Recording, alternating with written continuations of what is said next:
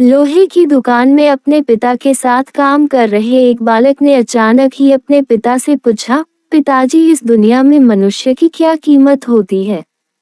पिताजी एक छोटे से बच्चे से ऐसा गंभीर सवाल सुनकर हैरान रह गए। फिर वे बोले, बेटे एक मनुष्य की कीमत आंकना बहुत मुश्किल है, वो तो अनमोल है। बालक क्या सभी उतना ही कीमती और महत्वपूर्ण है? पिताजी हाँ बेटे। बालक कुछ समझा नहीं, उसने फिर सवाल किया, तो फिर इस दुनिया में कोई गरीब तो कोई अमीर क्यों है? किसी की कम रिस्पेक्ट तो किसी की ज्यादा क्यों होती है? सवाल सुनकर पिताजी कुछ देर तक शांत रहे और फिर बालक से स्टोर रूम में पड़ा एक लोहे का रॉड लाने को कहा।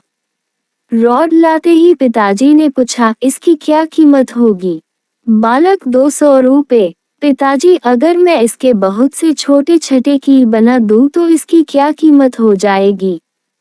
बालक कुछ देर सोचकर बोला, तब तो ये और महंगा बिकेगा, लगभग 1000 रुपए का।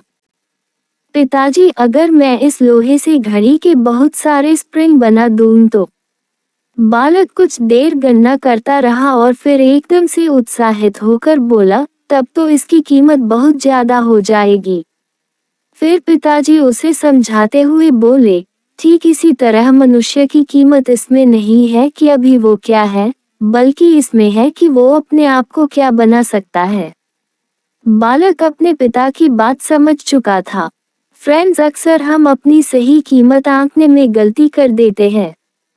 हम अपनी प्रेजेंट स्टेटस को देखकर अपने आप को वैल्यूलेस समझने लगते हैं।